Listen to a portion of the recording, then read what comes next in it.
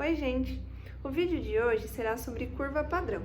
A curva padrão, ela serve para nos ajudar a determinar a quantidade de proteínas ou, por exemplo, de colesterol ou de triglicéridos que tem em uma determinada amostra que nós não conhecemos aquela concentração daquilo que nós queremos mensurar.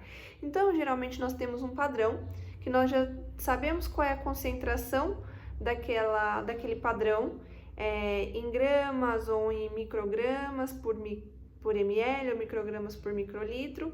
E daí nós fazemos uma curva, né? Nós fazemos várias concentrações desse padrão e pipetamos, né? Lá, por exemplo, 1 microlitro vai ter 25 microgramas desse padrão. E assim por diante. Se eu pipetar 2 microlitros, vai ter 50 microgramas de proteína, por exemplo.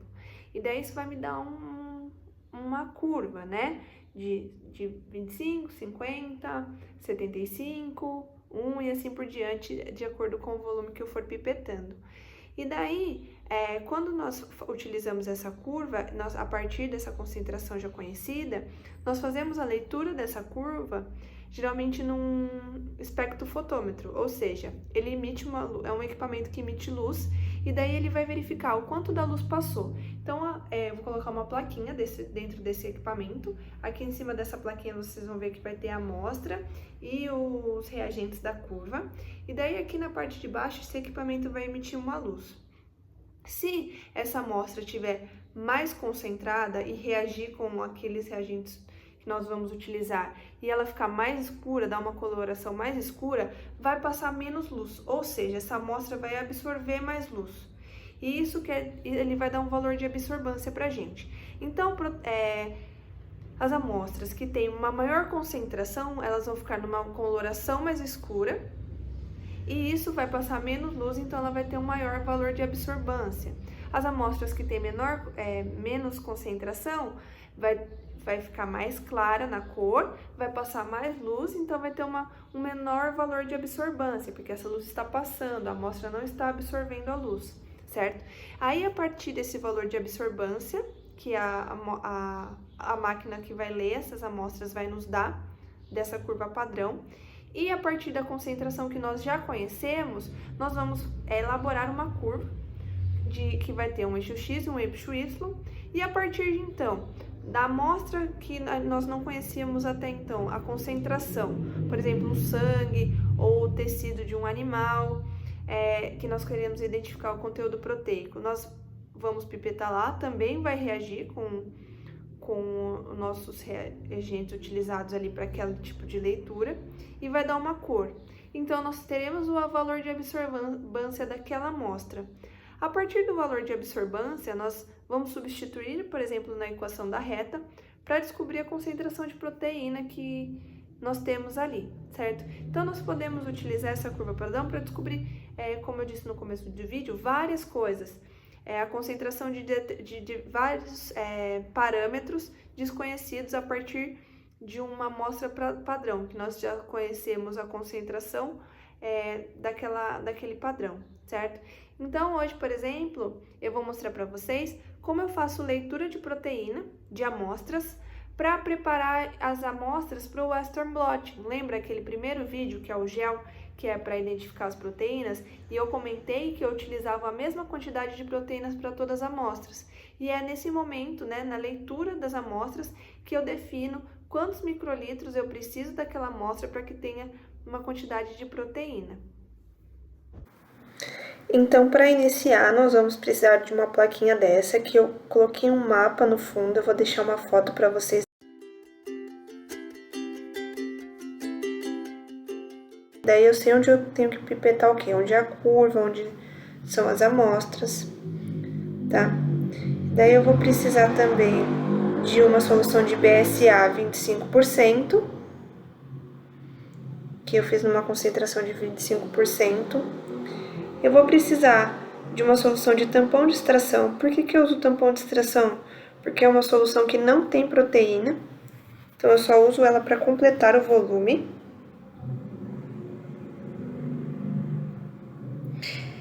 Eu vou precisar das amostras que eu quero identificar, então aqui no caso eu estou utilizando homogenato de músculo de camundongo. Para fazer a coloração, eu vou precisar de um reagente chamado ácido bicinconínico. E daí, esse ácido bicinconínico eu misturo com um reagente chamado sulfato de cobre. Eu faço essa solução depois e vou pipetar na placa por poço. Então, primeiro eu começo com a curva. Para a curva, eu vou pipetar primeiro o BSA.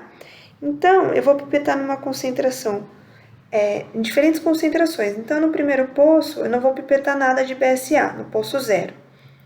No segundo poço, eu vou pipetar 1 microlitro de BSA. E eu pipeto 3 vezes.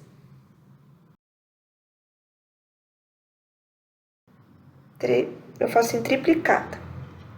Depois, eu mudo a minha pipeta ali para o volume de 2 microlitros.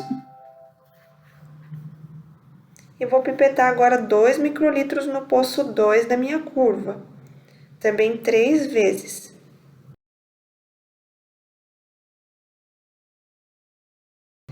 E assim por diante.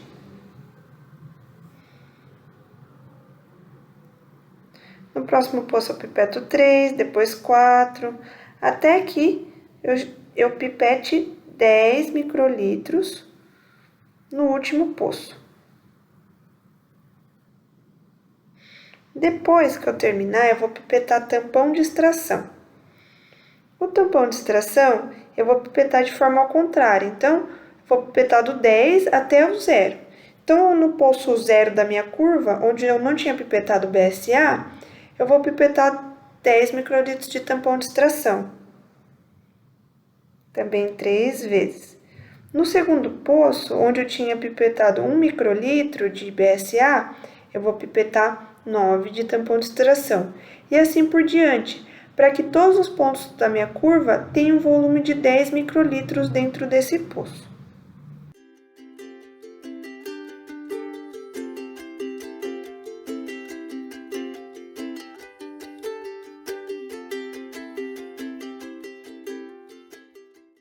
Depois, eu vou pipetar as minhas amostras. Aí, eu vou pipetar as minhas amostras num volume de 1 microlitro, apenas 1 microlitro, eu não completo com tampão de extração. Então, por exemplo, as amostras de músculo, eu pipeto 1 microlitro de cada amostra nos seus respectivos pocinhos. Agora, eu vou pipetar o ácido bicinconínico. E eu vou misturar o ácido bicinconínico com o sulfato de cobre, isso vai adquirir uma coloração. Eu vou pipetar essa combinação, essa solução aqui na placa, a mesma quantidade em todos os poços. E daí, depois disso, eu vou deixar reagir por 30 minutos. Aí vocês vão ver que agora não tem cor nenhuma aqui na placa, né? Eu vou mostrar isso pra vocês.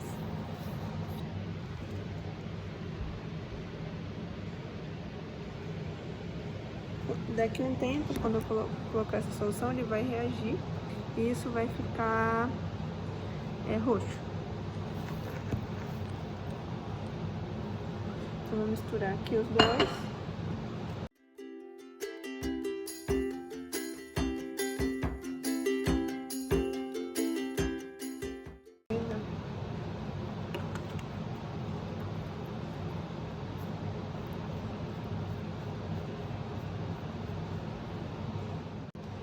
Então, agora eu vou pipetar 100 microlitros em cada poço dessa solução. Então, eu vou usar aqui a minha multicanal. Coloquei 100 já.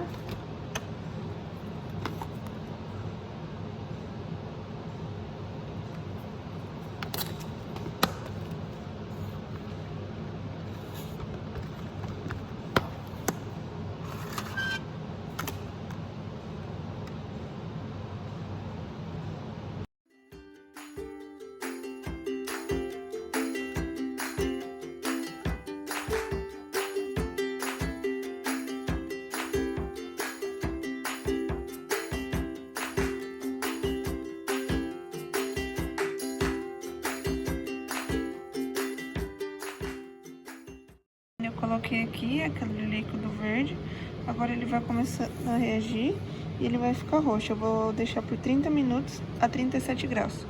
Eu vou pegar aqui, ó, na estufa, e tá vendo?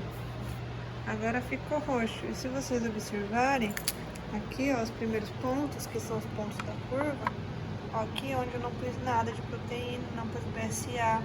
Aqui eu pus 1 microlitro, 2 e assim por diante, até o 10º ponto aqui. Depois são as amostras. Então tá vendo que vai do mais claro para o mais escuro. Então isso vai dificultar ou não a passagem da luz. Então onde não tem cor, a luz vai passar mais facilmente. Onde tem mais cor, a luz vai passar menos luz. Isso vai aumentar a absorvância, vai absorver mais luz. Então isso quer dizer que vai ter mais proteína. Então vamos para a leitura agora. Então coloco aqui, venho para ler. Então essa máquina vai fazer a emissão da luz e vai fazer a leitura que vai dar aqui para mim nesse software.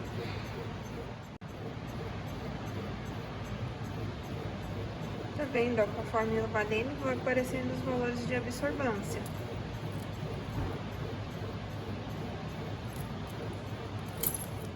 Então, estão vendo aqui, ó, aqui são os valores de absorvância. Então, aqui onde não tinha proteína, não absorveu nada. Aqui um pouquinho mais e assim por diante. Aqui era o ponto 10 da curva. Ó, ele tem mais, absorveu mais luz que no ponto 9, 8 e assim por diante. Aqui são as minhas amostras, que daí eu vou fazer uma relação com a curva para ver quanto de proteína elas têm. Aqui são os pontos da curva. Então, aqui é o ponto onde tinha 0, 1, 2, 3, 4, 5, 6, 7, 8, 9 e 10. Como eu pipetei em triplicata, eu vou fazer aqui a média desses 3 valores. Certo?